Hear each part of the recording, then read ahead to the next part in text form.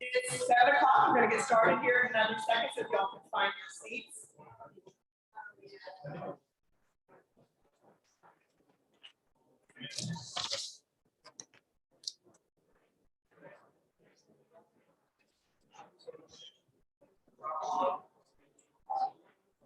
I don't see any reference to the distribution center at all, so I won't say anything. I get to skip that part, so that's good. Okay. Yeah, there are a lot of our very active citizens. Yeah, so that's good.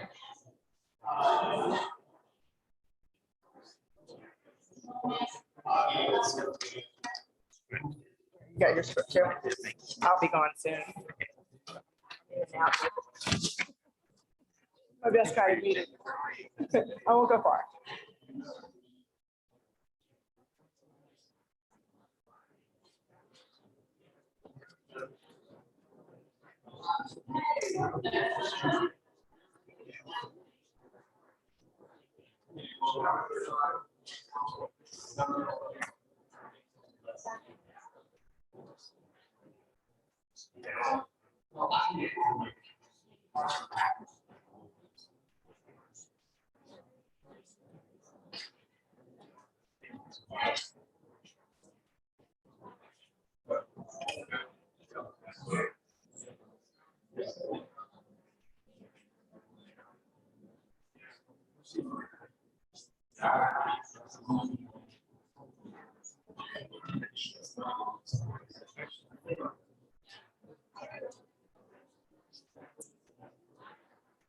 David, should I go ahead and get started?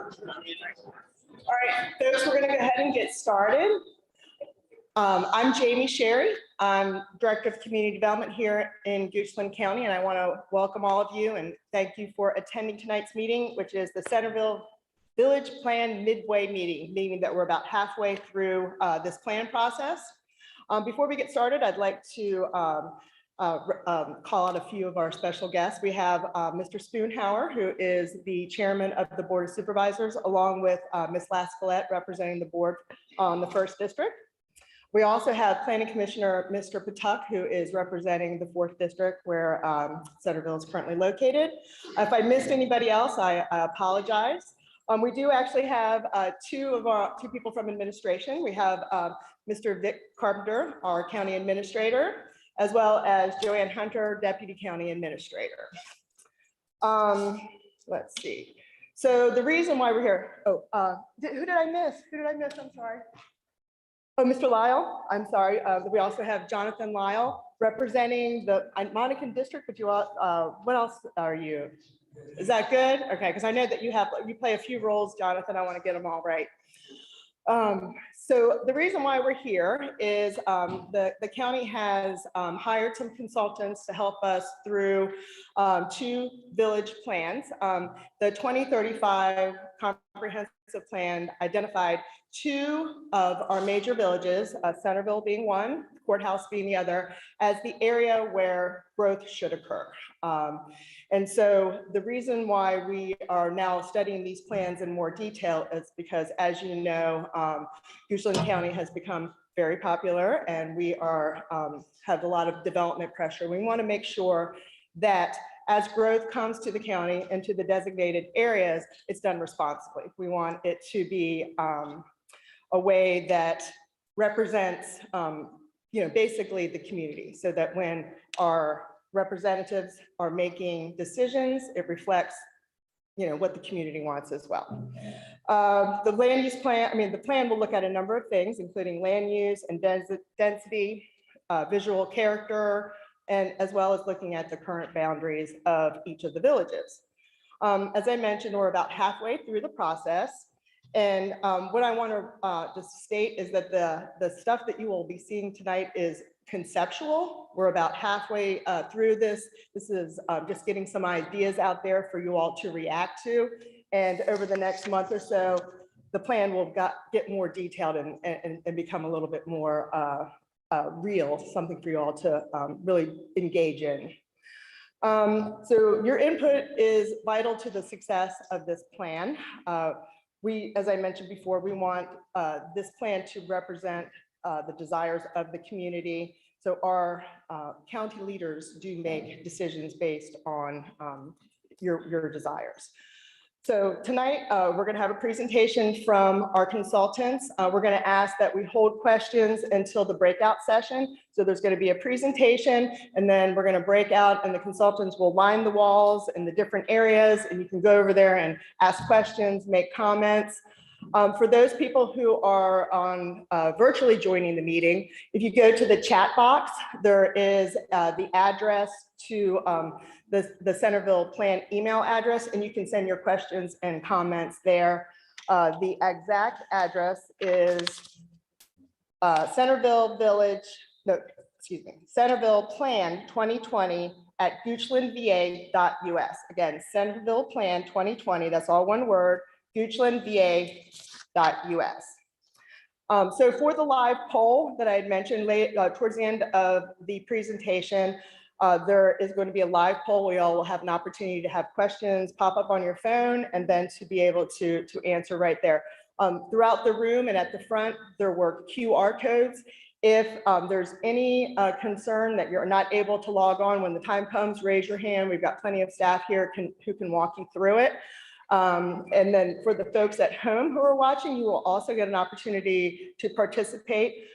When we are doing the live poll before we get started, there's going to be a QR code that pops up on the screen. You will need a separate device to go ahead and use your phone or whatever tablet perhaps to then join the live poll. I guess that's really all I have to say. I would like to go ahead and introduce David Hill from Hill Studio. He's going to take over from here. Thank you, David. Okay. Thank you, Jamie, and thank you all for being here.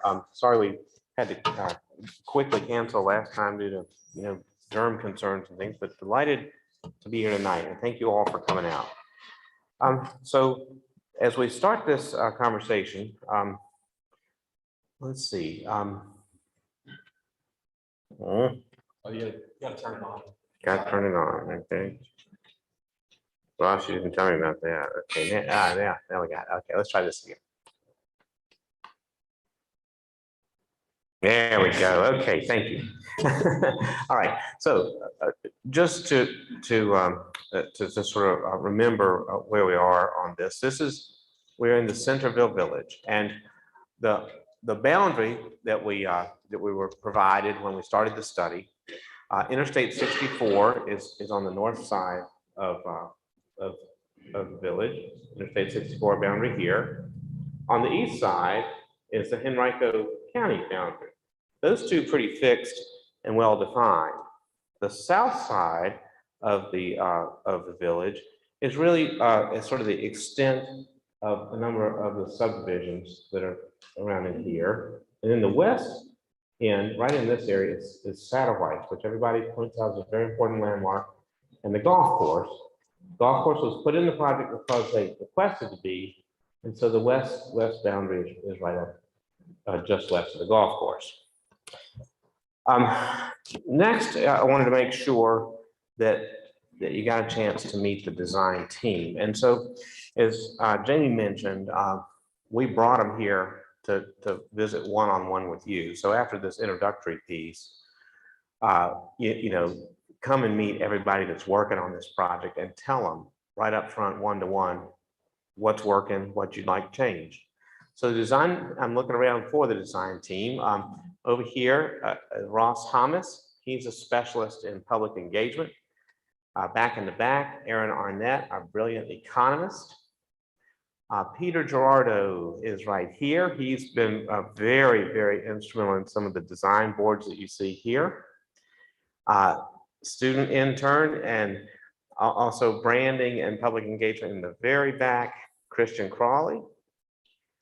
And myself, I'm David Hill. And so tonight we're gonna, our agenda is Ross is gonna summarize all the public engagement that's gone on over the last few months. Then Aaron is gonna provide an economics report and a branding report. I'll go through some of the visual and spatial character proposed for Centerville Village, and then we'll break out and we'll come and visit the different boards. Generally, the Aaron's work is over on this corner, public engagement in the back, and then the design is all over here on this side. So come around and see all of us. Okay, and also as Jamie introduced, we're in the middle of a 9-month process. Remember last time we were here, we came and met you all at the other church on the other side of the village. We had the introductory meetings, and then several people participated in roundtables. Many of you participated in a community survey. And during that time, we were kind of mapping and gathering all kinds of information on the existing conditions, the economics, and we've proposed tonight some draft planning alternatives. So tonight, we call this our midway meeting. We're about halfway through. After tonight, with your comments, we will revise what you see on the design side and on the brand, and we will come back to you in the fall with a presentation series, culminating, I believe, with a presentation to Planning Commission and the Board of Supervisors before putting together our final plan recommendations in the late fall. So what I'll do, I'll ask Ross to come up and present the findings of the public engagement. He'll show you what you said. Ross? So yeah, if you all remember last time you saw me, we were just kicking this off. And since then we ended up getting about 200 responses. It was about the same over in the Courthouse Village area. We kind of used a few different approaches using social media, QR codes, that kind of thing. Just really trying to get to you all in any way possible, in the easiest way possible, just using an online survey. So as you can see here, this kind of shows the distribution if you took it. The majority of the responses are in that darker color, which is over in the eastern part of Goochland County, over in the Centerville area. But there were some responses kind of scattered about throughout the general region and in different parts. Those were kind of sporadic and only a few here and there. So the first question we asked was how many of you all live in Goochland County, and when more than half are actually live in the county, and then a good portion of them you all live in the actual Centerville Village boundary. So that the responses that you all are getting and the feedback we got is mostly from you all. How positive an image do you have of the region? This one is around the neutral to somewhat positive range, so not too negative there. And then we also asked you all to give us some words that best describe the way you feel the character is in the Centerville Village. And as you see here on the screen, the words that were given the most responses are larger, whereas the ones that kind of were given less often, but still important, are smaller letters down below. So you can see some of those words include quaint and friendly. It's a gateway. It's rural, quiet, growing. That's a big one. It's kind of why we're here today. And just things like that you all would probably agree with. And then some of the biggest strengths of the Centerville Village that you all said were its location, proximity to other growing, developing areas, its potential, the utilities are over here. It's convenient, it's got a small town feel, it's accessible to highways and other amenities. So just things like that. It's rural, nice green space and place scenic views and that kind of thing. So then what we did was we also asked some questions on some specific places, and this is a much longer list. And if you want to see that list, when we break out at the end of the session, you'll be able to come and see some of those responses. But generally speaking, a lot of the answers included the restaurants, Satterwhite's and Sunset Grill, the farmers market, and then a lot of golf-oriented businesses. Sycamore Creek Golf Course, Drive Shack, and Bogey Sports Park were some of the top answers there. And then we're going to get into a series of questions here that are kind of similar. So the first one here is, what should be the focus of a strong identity for Centerville Village? And those top responses are the ones that we put up there, but we started off with about 10 to 12 different options. So these are the ones that were chosen most frequently by you all. So those included promoting local business, positioning the village as a place to operate a business, and promoting community events and activities. And then as far as the land use goes, some of the top rated responses you all gave us were mixed use and then public and recreational space, because I know you all lack some of that over in the Centerville Village boundary. And the next one is top rated aspects of quality related to quality of life. Those include Centerville as a place to live and raise a family, have children, and then in general, the overall economy and economic development opportunity.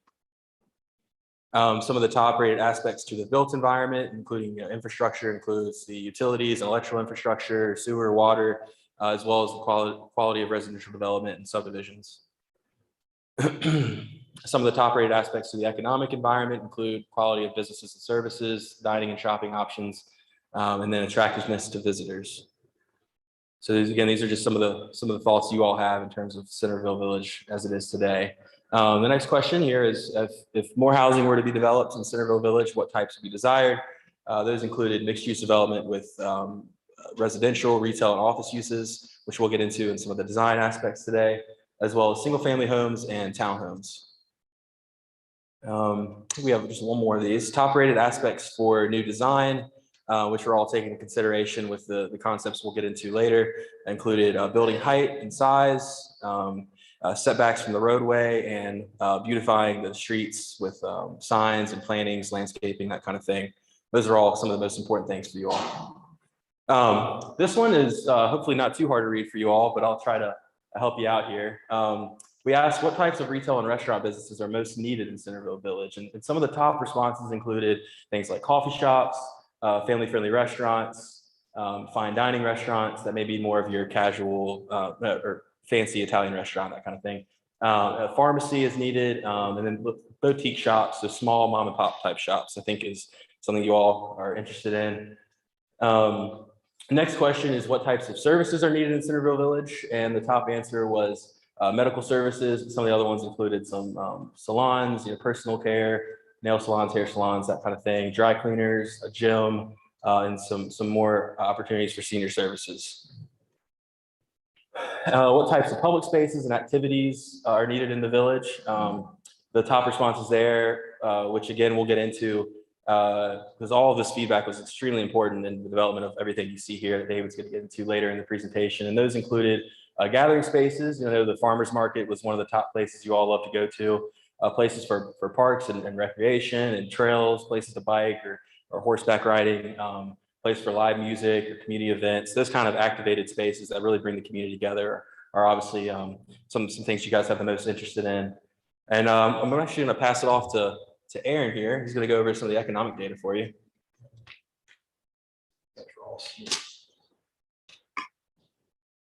Well, as we told y'all from the very beginning, this whole project has been a market-based master plan. So I'm going to share with you some of the data from the market research that we've been doing during this plan. But I want to restate that what you all shared with us in that online survey is critical data for this planning process. A lot of what we're going to be talking about throughout this presentation, what you see on the walls here are, it's about what you told us about needs and community character, about design, about what you want to protect and preserve here in the community. That survey, the input y'all gave us at the last meeting has been critical for that. But now I'm going to share with you a little bit of the dollars and cents of the market here right now. And just like what Rolf shared with you, as well as really everything that we're hitting on tonight, we've got a short time frame with you in this presentation to share with you all the detail of what we've learned. There's a ton of what we've gathered, but rest assured that not only will you have access to all that information, but when we break out, you can see a little bit of the more specific detail of that. So market analysis, market research. First thing we looked at is demographics, and it's okay, you can't see everything on the slide. It's on our boards, as I mentioned. Some of this that I'll tell you, you'll be like, well, gosh, that's obvious. And others you might say, well, okay, I didn't quite know that. But the most obvious thing is you all as a county have experienced incredibly rapid growth. 14% from 2010, the last census, through estimated to 2022 right now. That's a lot. The county itself, if we compare you all to all the other counties and communities around you all, you have the highest incomes, you have the highest home values, you have higher education levels than most of the counties that surround you, and you're a little bit older than most of the counties that surround you. I think your median age is 50.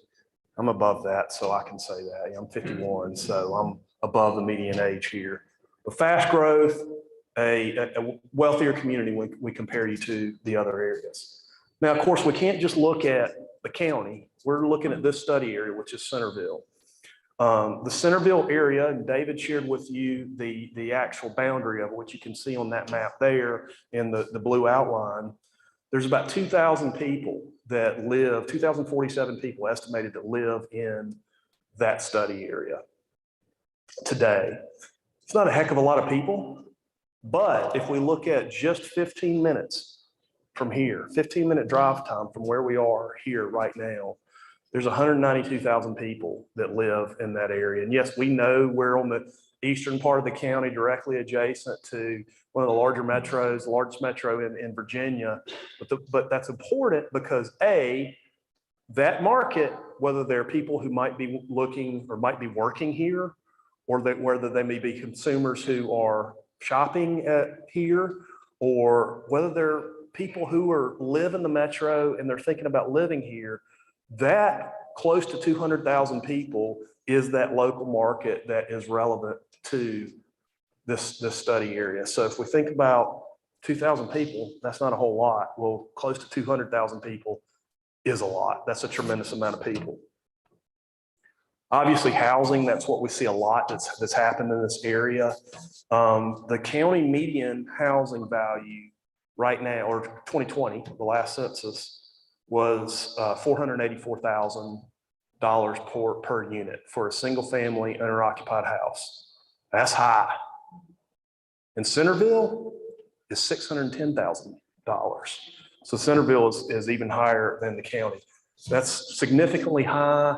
That's the dark blue line there on that map, or that chart on the upper right. You're by far the highest in the entire region.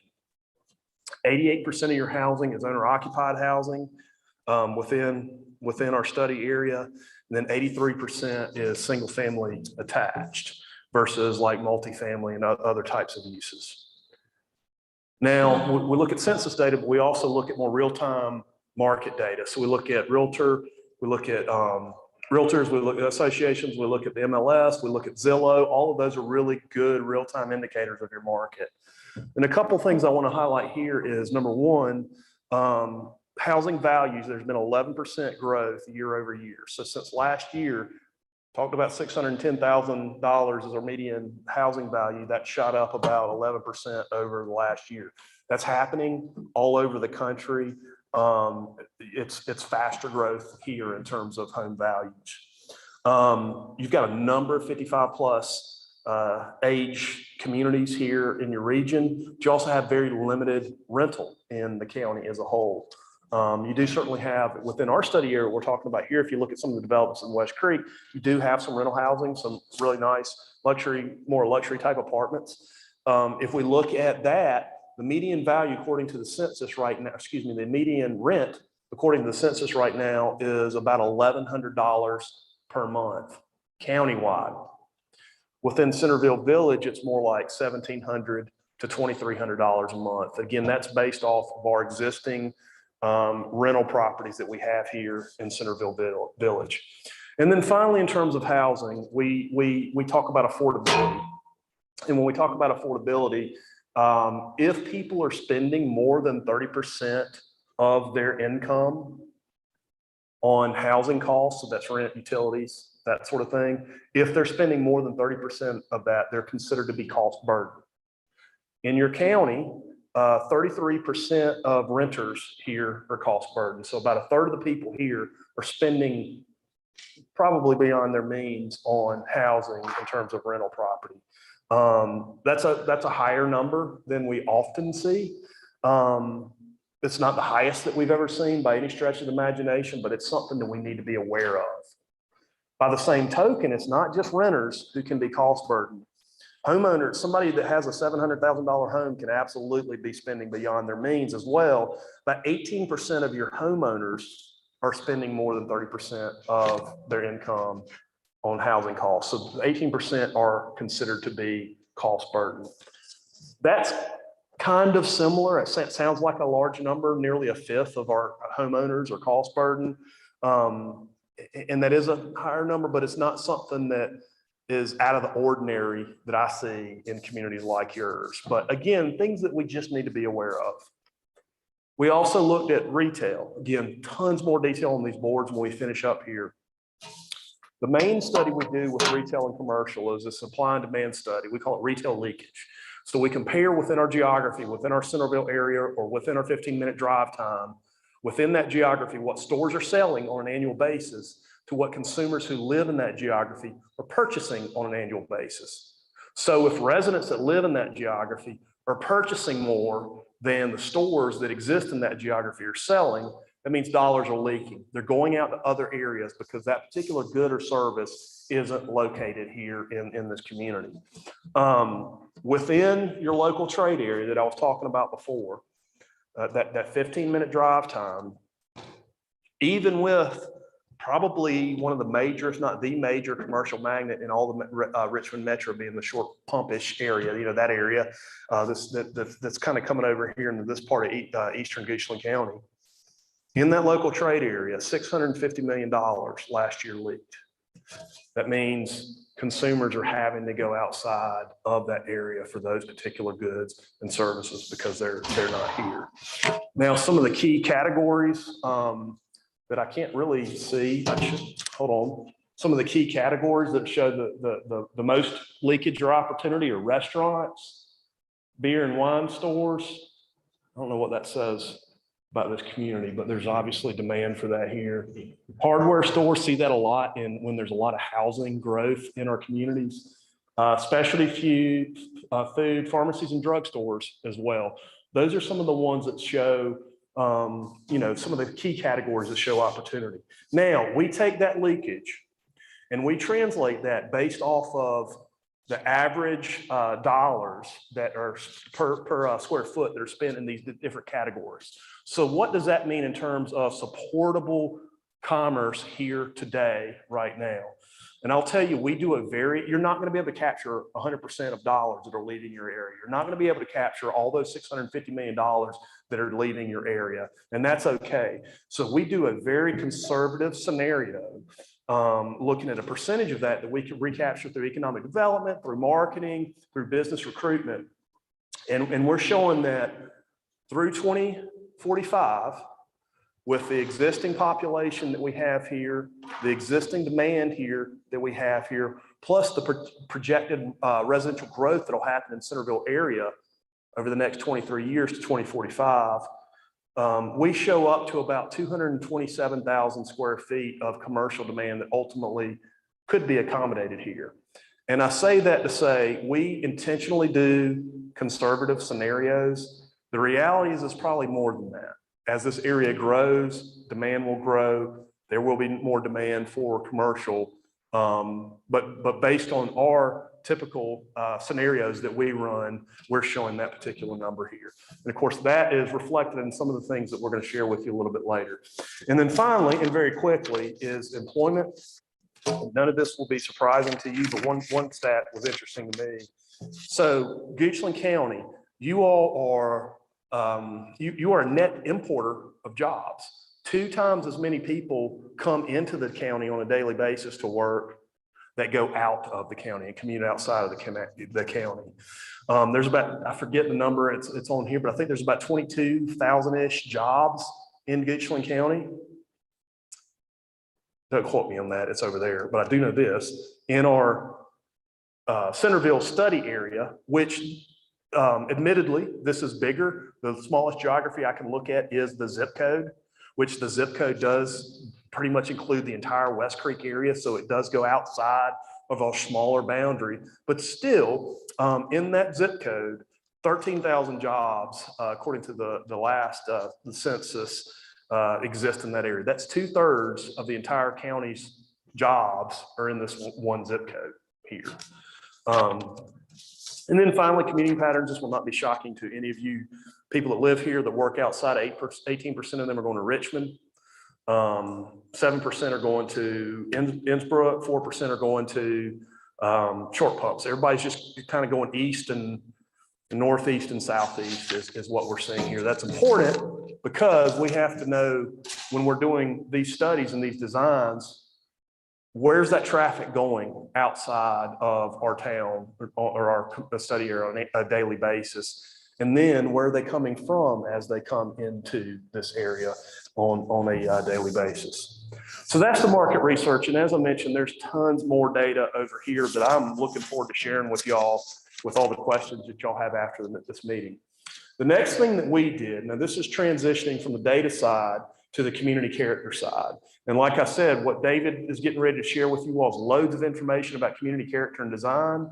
But also what we are doing is creating a brand identity for the Centerville area, a way that we can solidify the character that you hold dear about this place, but also give an identity to the place that we can use to promote the businesses that exist here in the Centerville area. Or certainly, if we are trying to recruit new investment into the area, how can we promote that there? So that's what we're talking about with community branding. And again, this is based off of, this is graphic design, but it's based off of the data that you all shared with us in these meetings and the survey that we held previously that Ross went over.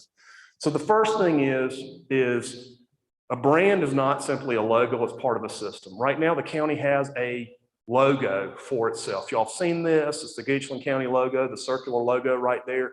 There's actually a pretty detailed technical style guide that goes along with that. So as I mentioned, a brand's not just a logo. We want to create something for Centerville Village as well as the other villages here in the county that ties into this existing palette that you all have already created. The design palette, the color palette, the typography. That's really important for us to stitch together this brand system. So that's what we had to start with. That's all the technical things of the Goochland County brand. We selected some very specific elements of that for the logo that we're going to share with you here in a second. So we sampled color palettes from the county. We used typefaces from the existing system, but we also added some complementary typefaces to really help with expandability. That circular logo that obviously you'll see with the county, that is reflected here in what I'm getting ready to share with you. It's very important. And we wanted to build something, as I mentioned, that fits into the county system, but is also unique to Centerville itself. It's got to be both. With that, we start with a brand position, a market position. What's our story? What makes Centerville a special place? And this is 100% what you all told us throughout this process. So there's our market position for Centerville Village. Centerville Village, it's a vibrant, dynamic community with a great quality of life. It has exceptional neighborhoods and is an attractive place to live for new residents. People want to be here. It's also attractive for new investment. We've got quality, high-end commerce that's happening here. We've got great employers that are happening here in the Centerville area, as well as medical. That's one of our key employers on the eastern end of our study area. Still, with that investment, with that growth, with this dynamic village that we have here, we still retain that rural character. I know from talking to some people in this room before this meeting, that's what drew you here to live here, that rural character. We've got these great rolling hills. We've got these pastures. We've got these trees. We've got wooden fences here. There's definitely a real rural character that you have, particularly as you go more towards the center of Centerville and over to the west. You still retain that. And then finally, a lot of times y'all talked about being adjacent to a more urban area and some of the challenges that we might have with traffic and growth and development, just 5 minutes, 10 minutes away from us in the area that's just there in the western part of Henrico County. You are a welcome break. This is what you told us. You are a welcome break from that pace of Henrico and Richmond, even with the dynamic nature and growth that you've had. So all that rolls into that overarching message of Centerville Village, a breath of fresh air. So that's that marketing message. And then finally, what we're going to show you here is the logo system itself. Again, a brand is not just a logo, it is that initial graphic, but it's how it expands and how it's implemented. What we're showing here, it does have that circular context that the county logo has. That's very important. Uses those same, or at least samples from those same colors from the county logo. But there's other few nuances here that hopefully speak to you as residents of this place. First is that tagline of a breath of fresh air and what that means to this community and what drew you all here. The second thing is we intentionally used a softer font for the Centerville name. One of the things that we've learned here is that people call this area a number of different things. They may call it Mannequin, they may call it Mannequin Sabbath, they may call it Centerville. We do know that Centerville is a historic name here. We know that that's the name of our village. We think it's important for us to drive that name home here. Let's solidify Centerville is the place that people are in. That doesn't mean we change names of things that exist here within our area, but we wanted to make sure everything is connected to Centerville. And then the last thing is the graphic itself. You'll see a couple of things in there. One is the green sort of check mark, swoosh, whatever you want to call it there, that's in the center. That's representing those rolling hills that you have in the area. The other thing is the fence and the fence line. And there's two things about that. Number one, again, we've already talked about this. You don't have to go very far away from where we're sitting right now to see these beautiful rolling pastures and these farm fences and horse fences, but you also have a little gateway sign that's in the middle of your median that also reflects that with the stonework, with that fence. That's actually what you see here in this logo. That's where it came from. So then we look at ways that we can expand it. The 4-color logo is how it will be used most of the time. But we also need to make sure that we create 1 color and 2 color variations or icons without the community's name in it, because there will be specific applications where that might make sense. We also want to look at ways that we can apply it. You got a big giant billboard right as you come into this area that already says Centerville on it. Well, hey, that's the first place that we might want to think about putting this logo. I mentioned the fence that's there that was the inspiration for the logo. We show an illustration here. You can probably see it better on some of our other illustrations later, but it's right there in the center of the median there, and we just applied the logo to it. Now, that being said, that's about halfway into Centerville area. We feel like that y'all should probably have a more substantial gateway sign more towards the county line over to the east. And what we're showing here is a bigger version of that same sign. It'll probably be off of the right of way over to the right as you're coming into the county, but it'll be a little bit more significant. Things like the farmer's market, taking graphic elements of that overarching palette and applying it to things that exist here right now, like the farmer's market, or things that don't exist here just yet. There might be a new event, there might be a new destination that you all envision through this process, or maybe 5 or 10 years from now that can really be plugged into this. Your farmer's market right now is called the Mannequin Farmer's Market. It's already got an established logo. So this is just a suggestion. If there's anybody that represents that, if you have any questions, certainly ask us. If y'all keep the existing logo, that's absolutely fine. We're just showing an illustration how we can tie that in to the community brand. And by the same token, if we do that, perhaps we think about calling it the Centerville Farmers Market as well, to establish that as our destination. All right, so this doesn't exist here right now. There's a dog park over in the Courthouse Village area. If you all, and that was something that was mentioned in the survey, if you all want a dog park here, if you do not call it Peachland Dog Park, then I mean, we failed. It's got to be called that. So that's an example of that logo.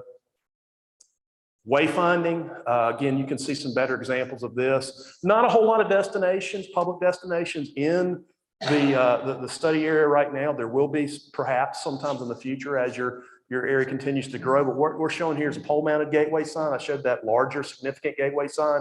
This pole mounted gateway sign could be in some secondary gateways, as well as the sign on the right is destinational signs. Turn this way to go to this, to the, Peachland, turn that way to go to the farmer's market, those sorts of things. Banners are really important, especially in a dynamic community. We're showing something that's very strategic here.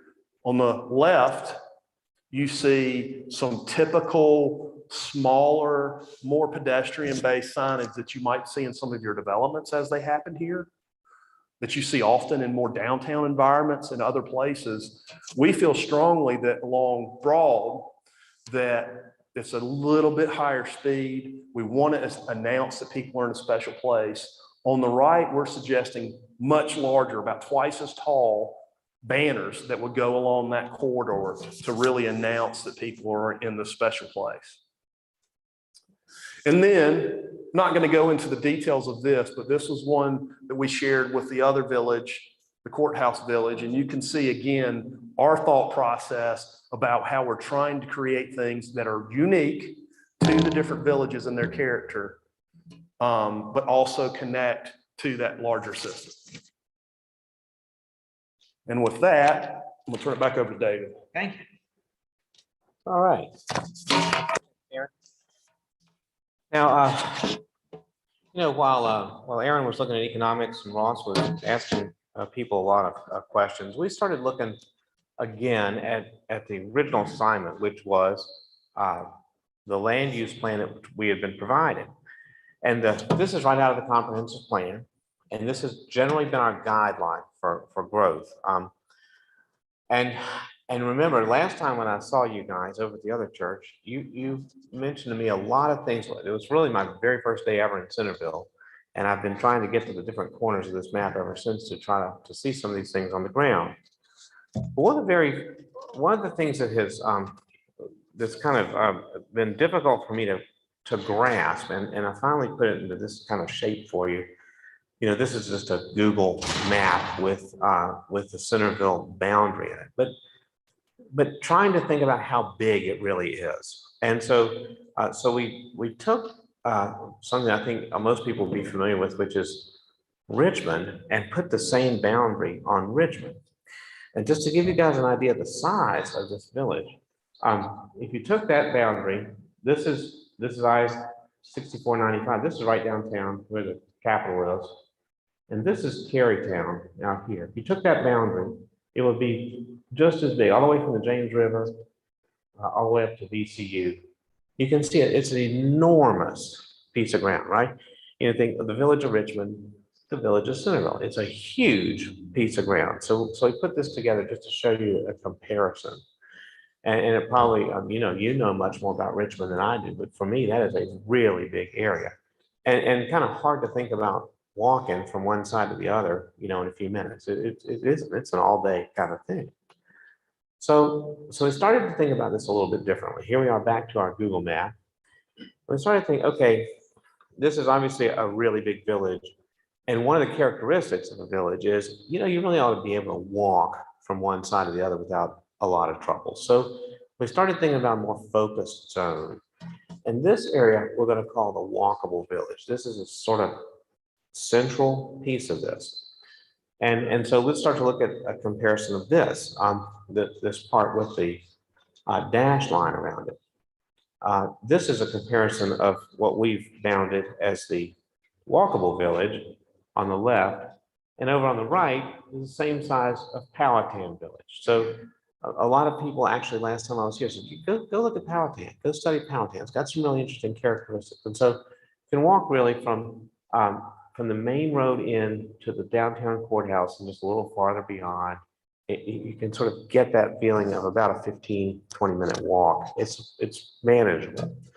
So we took that idea back to the study area and thought, okay, we can make that work. But this is going to be a more complex. It's not the size of, say, even Goochland Courthouse Village as a comparison. This is a much bigger piece of ground.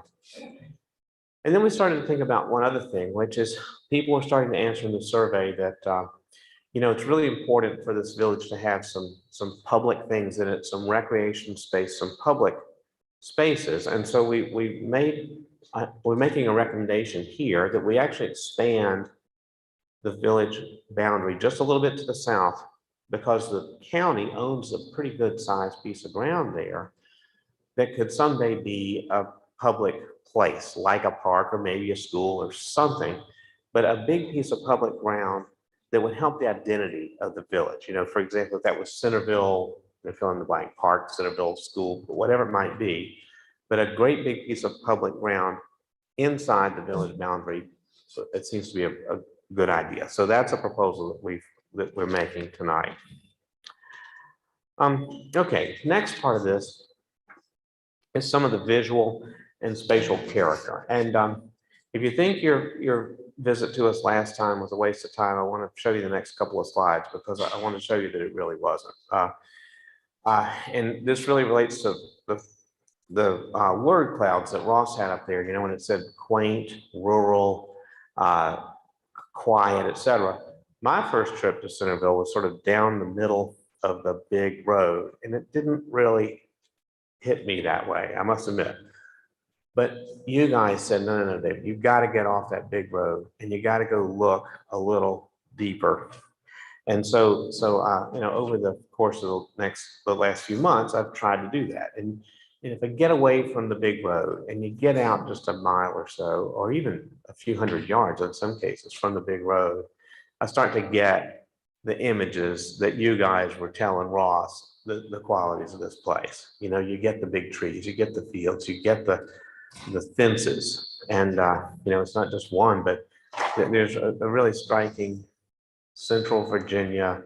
You know, it's different, and so I love that, and it's one of the things that I want to tell you. We're going to bring this into the plan, and even if you get off the bigger roads and you get on the little roads, it even gets better. And so some of the character is really there, and even you know, even some of the businesses are just really kind of cool and different and unique. And so I've tried to understand what you guys were telling us in the survey, and we're going to take these 3 or 4 slides as building blocks as I start to show you the plan.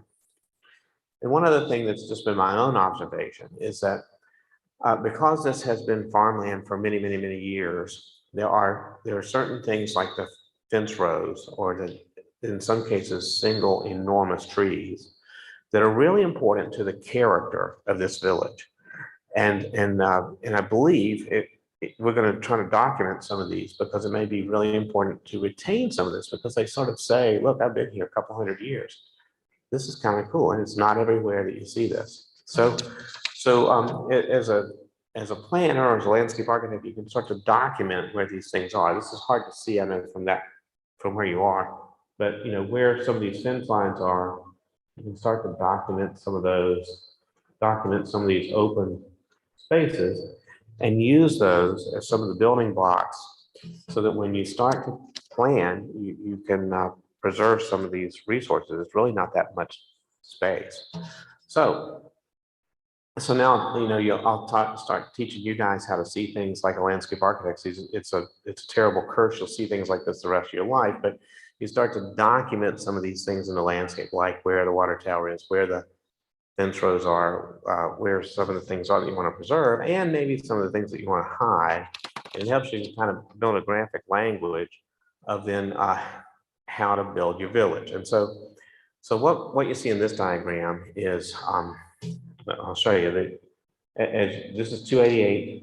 I'm sorry, let me back up. 288 here on the eastern side, and you go across a large floodplain area, and then this may be a really interesting place for one of these gateway signs that Aaron was mentioning. Also, central crossroads potential, and then out here at the west end near Satellite, potential gateway at that point. This circle you'll also see, and it's going to show up in a lot of the plans that I'm going to show you over the next few, is a 5-minute walk. It's a 5-minute walk from the center of that circle to the outside. And if it's interesting, people will do a 5-minute walk and not worry about it. If it's dull, they won't. But anyway, just that 5-minute walk circle is really important. So let's start to think about building a village using those things I just talked to you about. One, and let me show you how this works. The 5-minute circle you'll see there. Also, you'll see this sort of walkable central village here. You note this land use plan is the proposed land use plan. It really relates a lot back to the one that we were provided at the very beginning, but I'm going to show you a few differences. One is that rather than giant sprawls of commercial, we break that up a little bit so that there's an area as you come into the county that's a commercial area from Henrico. You cross the large floodplain, and then there's another kind of gateway commercial into our walkable village. Then the walkable village here. And then there's a very important role that the natural floodplains provide here. And they actually go and concentrate down here in the southeast corner, but they come up through, cross 250, keep going all the way up to the golf course and even beyond and out toward I-64. And then there's another one that comes up, and you'll see this in subdivisions, a little gap between them because it had to be left open, and it goes all the way through the south side. So imagine these, the building codes require that they generally be left alone.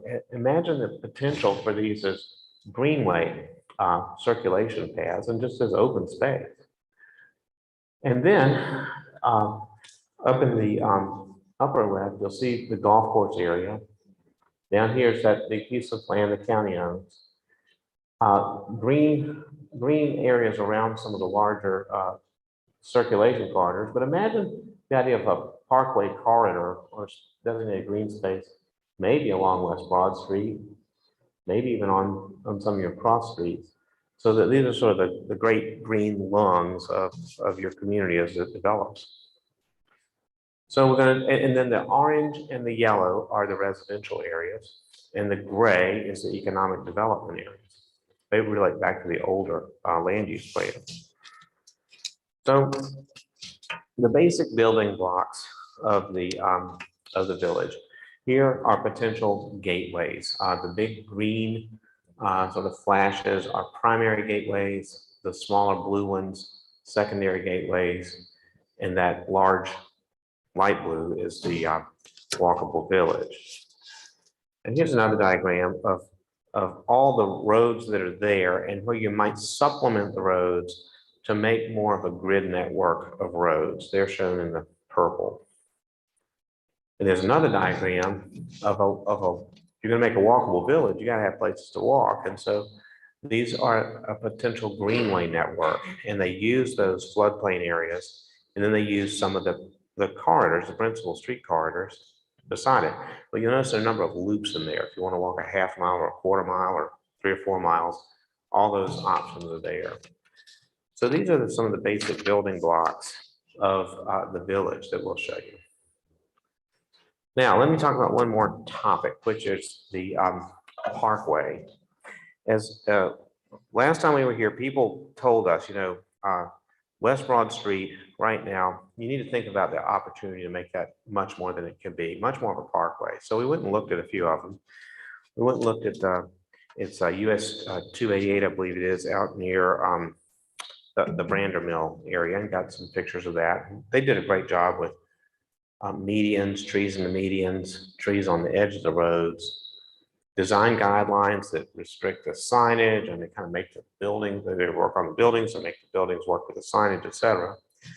Once you stand out there, everything's nice about that except being out near the traffic, and it's quite busy and quite noisy and not a very pleasant place to be. Another place that people told us about was actually the same road, US 250, but about an hour west in Albemarle County. It's just east of Charlottesville, going over Pantops Mountain. And there's a really good set of guidelines in place there that directs the growth of that road. And what you'll see is it's a very busy street, but the buildings themselves are placed up near the setback line. Parking lots generally push behind those buildings. And so you don't see cars and more cars and then buildings, but you actually see a relationship between the buildings and the road. It's quite nice. And there's even a sidewalk between the road and the building. It's kind of a greenway in there, and it makes it a really pleasant corridor. So I thought about that for your road. What if you could say take the left side of this diagram, which is say the building face, everything to the left is green as your US 250 corridor. Everything to the right is where you concentrate the people, the cars, and it's much more of a village kind of feel. And you kind of separate that. It's really difficult to take that high traffic volume of that great big road and think about it as being walkable. It's scary getting across there. It's just think about that as a parkway to get through. So this is where we might depart a little bit from actually both of those and say US 250 going through, it's a principal circulation route, and it's surrounded on both sides by as a green corridor.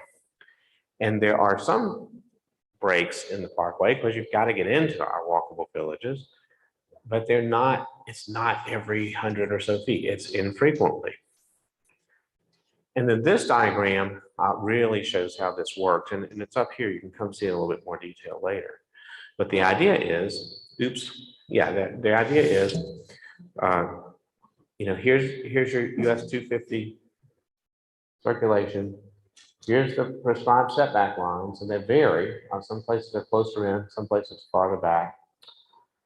But then up against there is your building wall front of primarily commercial buildings. They're going to be there. They're going to go there. Then you take the area between those commercial buildings and going back into the properties.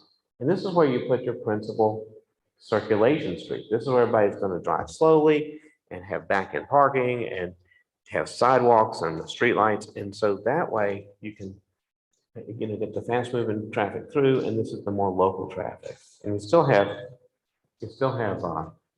breaks going back to it occasionally, but it's a much safer way to do it. And I think it would be actually much more pleasant. So this section shows it as well. The Broad Street Road corridor and highway oriented commerce, and then the village street back here. So let me break it down just a little bit more. And of course, you'll see this little weasel wording here in the lower right. This is a concept for discussion. This is not a proposal on anybody's particular land. But I want to get through this because it's a way to keep a lot of that countryside by condensing some of the development. So on the top, we have the side street. Here we have the village street. And then we have buildings back in the back. These are the commercial buildings along US 250. So the buildings toward the back, of course, they have their own parking, which you see shown up in gray here. They have their own first floor commercial along the village street. And maybe as you get back to the village street, it becomes less intense. It can become more like offices along the side streets. And then up top is residential. So you get mixed use buildings. This is sort of one of the key building blocks of a village. Mixed use. You can go downstairs, get a hot dog, come back up. And so a little bit more on the gateways. This is the Saddle Heights area, and it could quite nicely be developed as this gateway, maybe even a roundabout gateway when you think about it with road, so that these places remain. You lose the stoplight, and it becomes a circulation roundabout. So you don't have to stop. So we tried this. We tried this a little bit more. This is the area here in the upper left. This is generally the vicinity of Mannequin Town. The proposal that's already been proposed. To orient you, this is the food land, US 250 here at the bottom. And so we started to look at the plan that had already been proposed. And so you'll see here, this is the plan that's already been proposed. And these buildings, yellow tend to be residential, blue are some of the commercial buildings, and it's on a grid. The site plan is actually quite good. It's a kind of a new urbanist plan. The owner of the golf course said, "Well, study, if you took that and you studied how we may transform our golf course later to an 18-hole golf course, but 9 fairways. So you have 2 holes on a fairway. Could you condense that and maybe extend, the same kind of general idea? So this sketch takes this idea of the mannequin town idea and it spreads it toward the golf course, keeping large areas of the golf course. This is just our idea, it's just a concept. But what you'll see is the linear streets, and what you try to do is terminate it with some type of building that connects people to nature. One of the things about a village is proximity to nature. So use these buildings at the terminus to connect you to nature. Maybe that one's a clubhouse for the golf course, or maybe this one's a stable. There can always be ways to terminate with some kind of way to launch you into nature. And then these roads along here, you continue the same type of building mass with these white buildings that have already gotten started. So, so we're going to translate that now into sort of the next type of drawing. In this drawing, you'll see this one and the next one. The black buildings on here are the main commercial buildings. The yellow ones are proposed as those multi-use buildings, sometimes called live-work buildings. It has a first floor, it's commercial, other things up top. Gray buildings, primarily residential, like an apartment building. And then these red ones are those special ones that connect people to nature. So you always see nature next to those.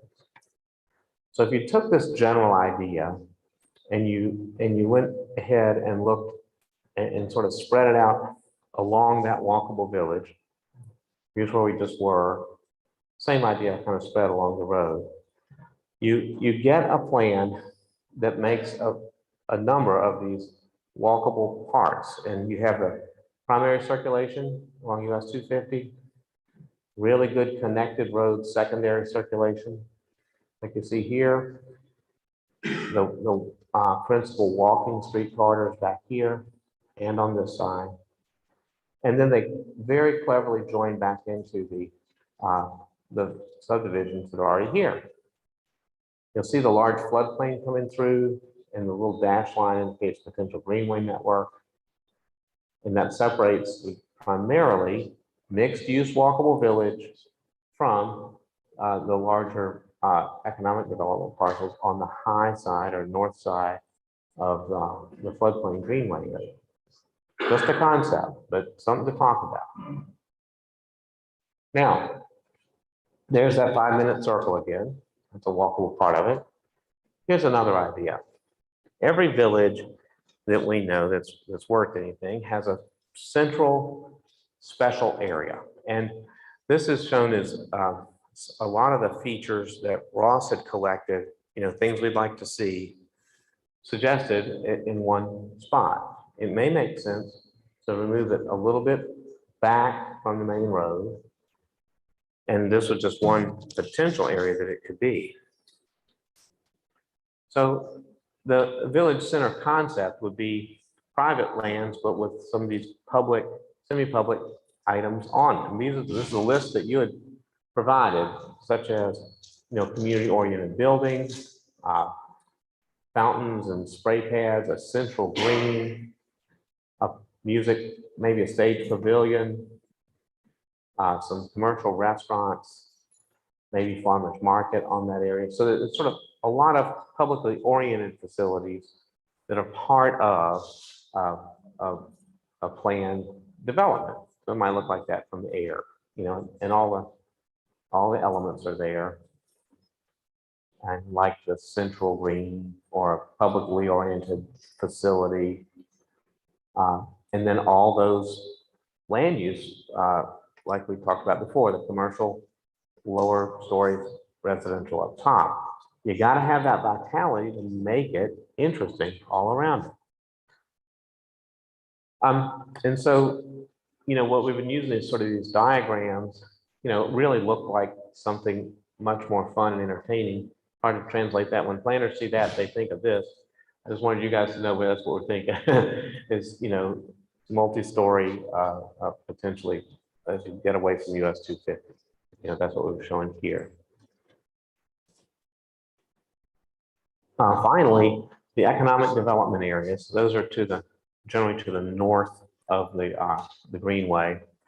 These areas are design guidelines so that, again, as you're traveling through there, you still have that contact with the large trees and generally with nature. So it's little things, especially when you're talking about big parcels of land, like berms and screened plantings, to kind of buffer the facilities from the road, putting the service around back. It's just a number of smaller things, but important for guidelines so that it keeps that character. Interstate interchange areas, you put together the similar kind of rules. You use the buildings up front to screen the parking in the back, so that as you come off the interstate, you really see buildings and landscaped areas, parking put around back. You don't put entrances right onto the front road, but instead you get them away from that so you don't cause backups of traffic. Just a number of small guidelines really can make that a success. So you've heard enough from us. We want to hear some from you. And in this part of it, did it turn off? Did I turn it off? Ross is logging in. Okay. There's just papers throughout the room that has a QR code. Anybody who does not have access or needs help, raise your hand, we can help you.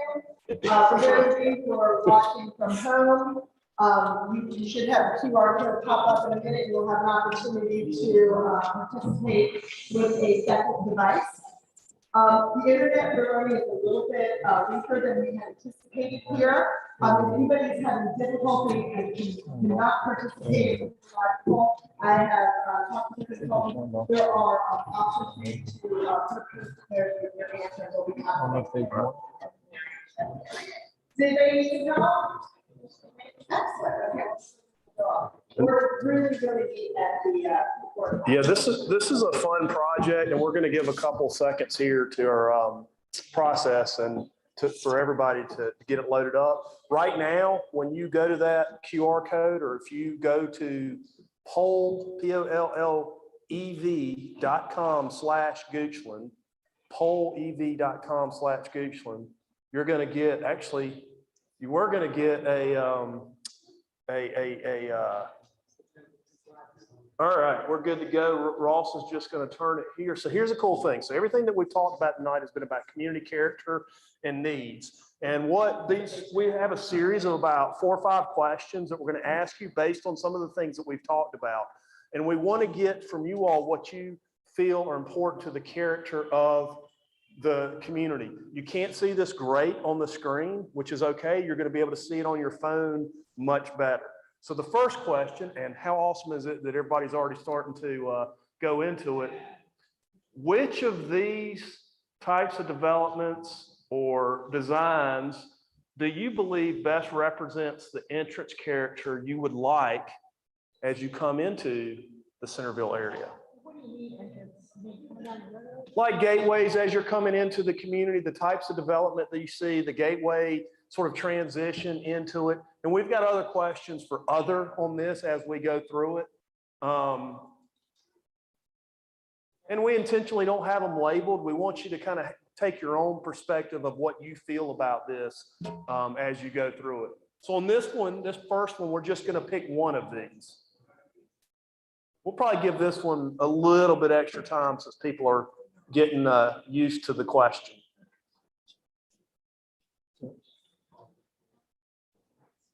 So right now, most everybody loves A.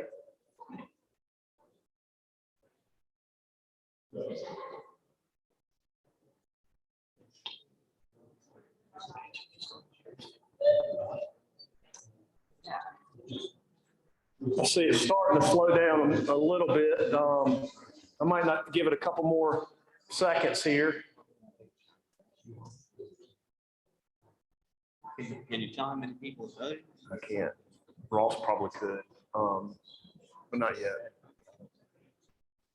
All right. Well, that's great. We're going to go on to the second question now.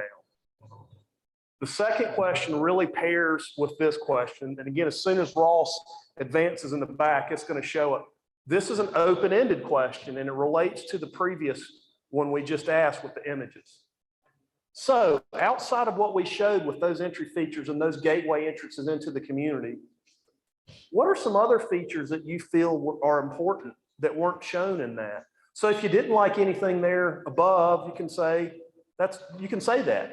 Or if there's something that you didn't see that was up there, like gateway signage or design or types of uses, horse jumps.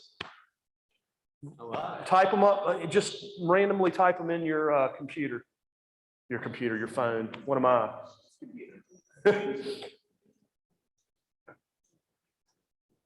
I always have a problem with spell checks. I haven't seen anybody misspell anything yet. Toll booths. I think that's going to go over really well with the community. I shouldn't make those editorial comments like that, but love that focal point, nature, landscaping.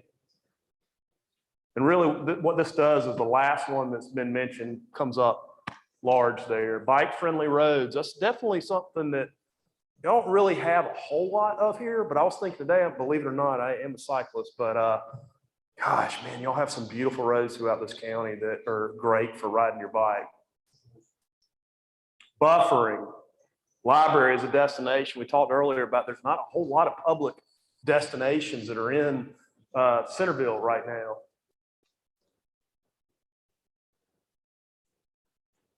Walking trails and paths. Nature, I see, comes up a number of times. Avenue banners, we talked about that with the branding stuff.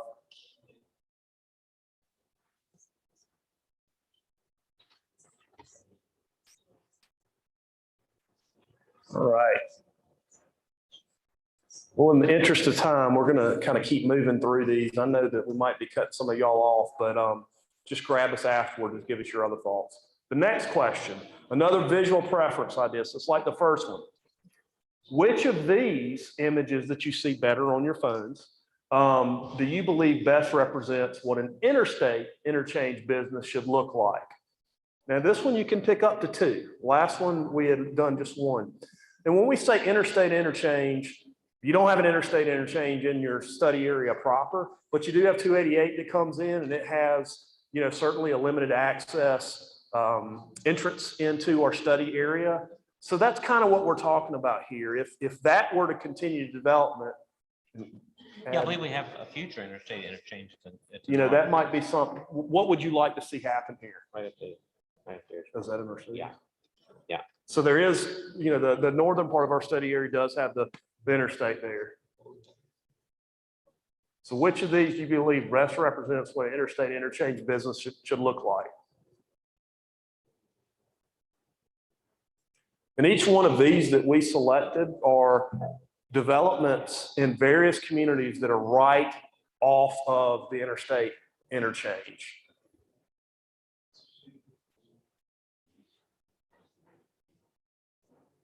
Some conventional, some part of a larger development, some in an area that may have design guidelines, those sorts of things.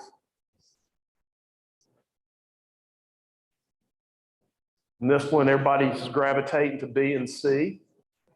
There's no wrong answer to any of this, by the way. This is why we're asking these questions.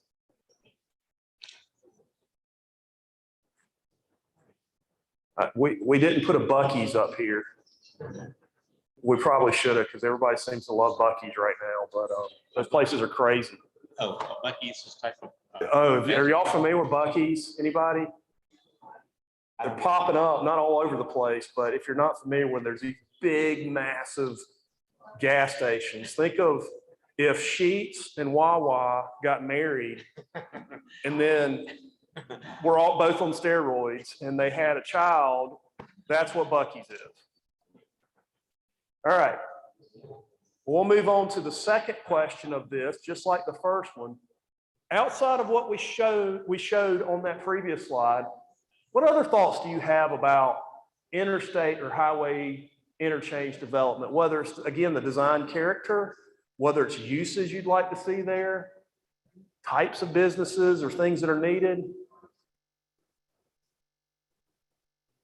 high quality architecture, traffic flowing,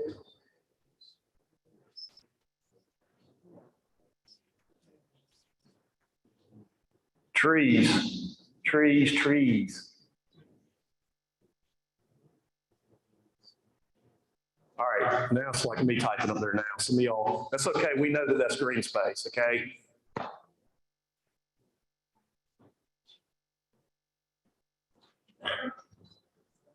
It's a lot about traffic, ease of traffic, high quality architecture. Again, no roundabout, turnabout. I'm assuming that means roundabout.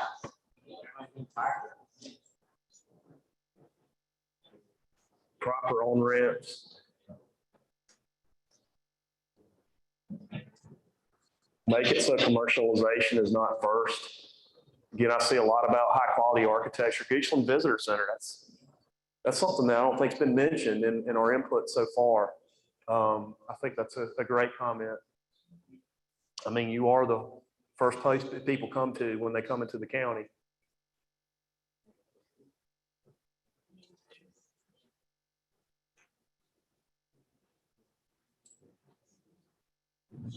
A sense of what a village might be like as they're entering into it.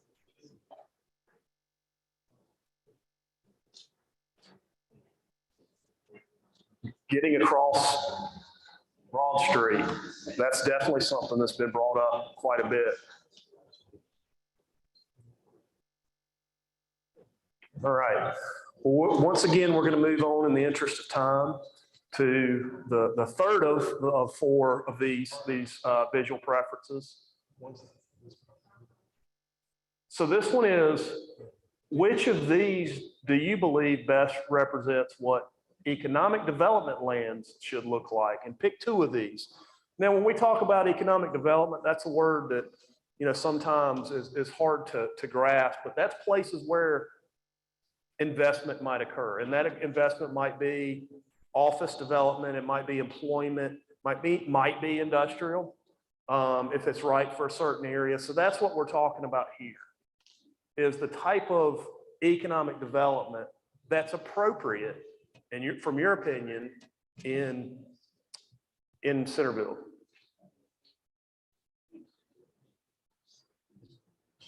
A lot of folks are really hitting on the option C there.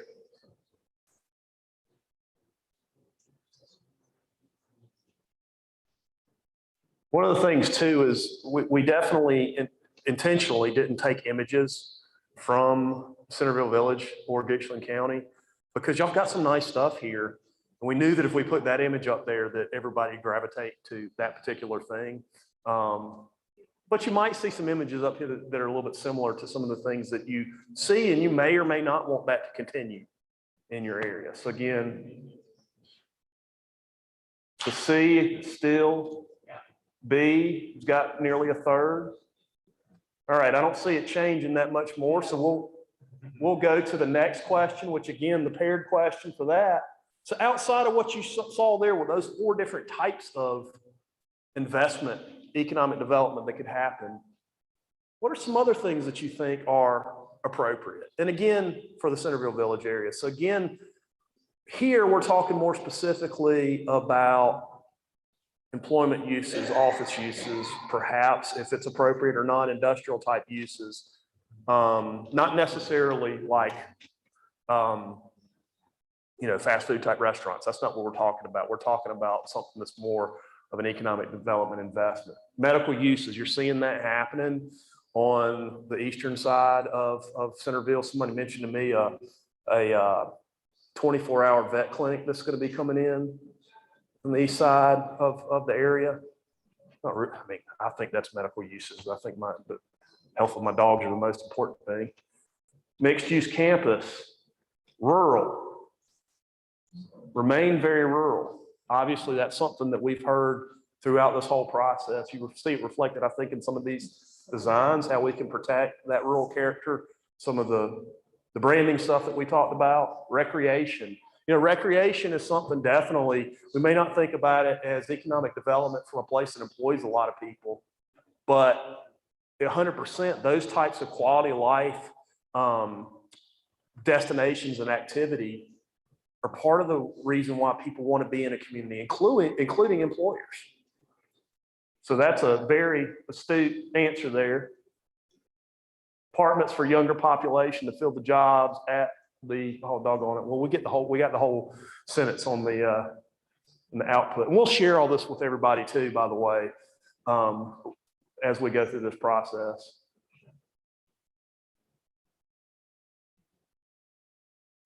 Remain country living, Short Pump is only 15 minutes away. That's the first time I've heard that. I'm kidding. Did somebody put Peachland up there? Oh, awesome.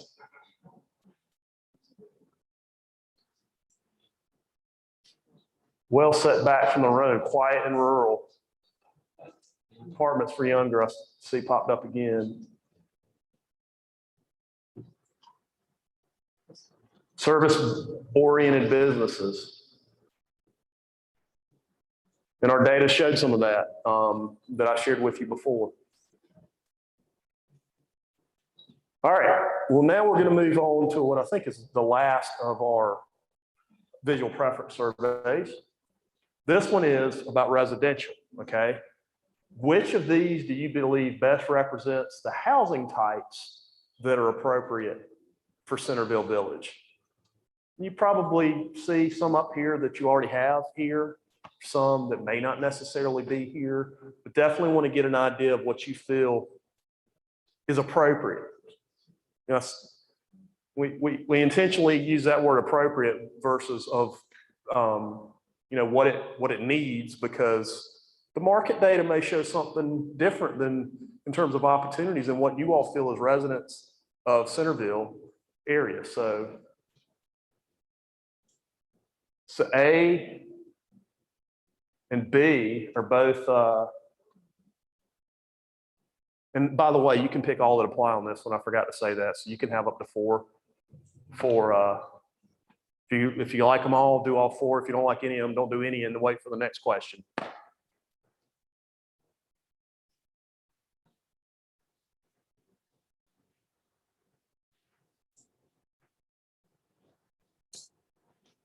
All right, it looks like the bars aren't really moving anymore, so we'll move to the last question, which is paired to that previous one. All right, outside of what you just saw on that previous slide, what other types of residential do you think would be appropriate for Centerville?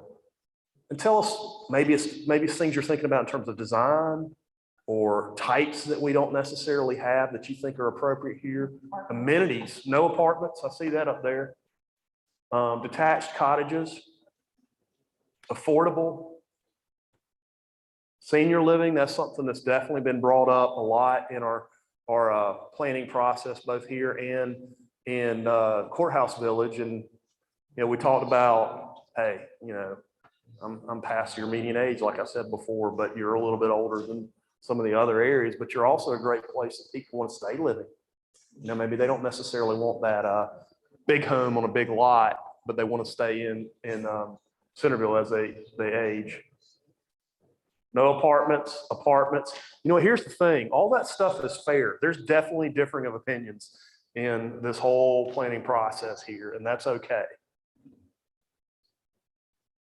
Townhomes, mixed use, age and place, one story.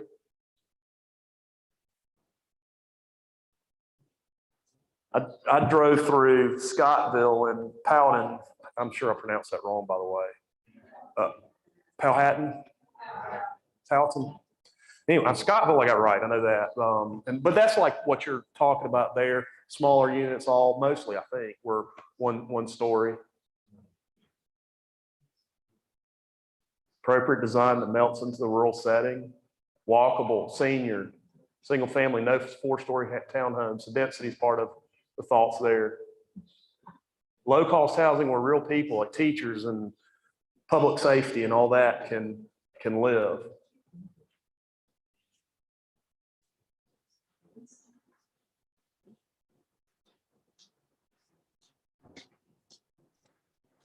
Affordable for teachers and firefighters. Pocket parks. That's a great amenity for the residential area, I think. Really shouldn't be adding my comments to this, but You have to use your phone to do that. yeah. That won't be firm. This is great. All right, well, we have Yep. got about a half hour left, and I want you all to be able to see the rest of what we have here and ask us questions and give us more comments. So with that, I'm gonna turn it back over. Jamie's been around. Thank you so much. I just have a few housekeeping items. For those of you who are present with us, who may not have been able to participate, we have Post-it notes and the slides, basically what you all saw. Please feel free to go back there and jot it down. Those will be incorporated in the final presentation. The folks that are at home, if you had any trouble participating in the live poll, please go ahead and email the email address that's in the chat box. It's centervilleplan22@goochlandva.us, and I will figure out a way to make sure that you have the ability to participate. Just to let you know, the presentation as well as the live presentation, as well as the slides and the results of the live poll will be posted to the website. When you came in, I had a series of handouts. If you want to grab one of those, it has the address to ask questions or comments and a phone number, as well as the website that you should visit pretty often now that things are starting to develop. It'll be a way for you all to be able to participate. Now, I encourage you all to go and talk with the consultants. They have Post-it notes, certainly, and I'll point out where everybody is. But if you'll notice staff will be writing down questions, but also please, when you have a conversation with the consultant, write stuff down on Post-it notes. We just want to make sure nothing is forgotten. And just real quick, before we go around, we're going to have market and housing as well as branding over in this corner. Public engagement is on the back. Over here, we're going to have the design area. David, what am I forgetting? Is there any other ones? Okay, and ma'am, you had a question? Yeah, so the slides, if you grab this, I'll give you this one just in case there's none left. The email address, is on there, but also the website. Probably be a couple days before, it might be early next week before you're able to see it. We also, if you all signed in, please make sure you do so. If you have an email address, include it. We'll add you to our list. Anytime we update the website, we send out an email so that way you won't miss anything. All right, thank you all.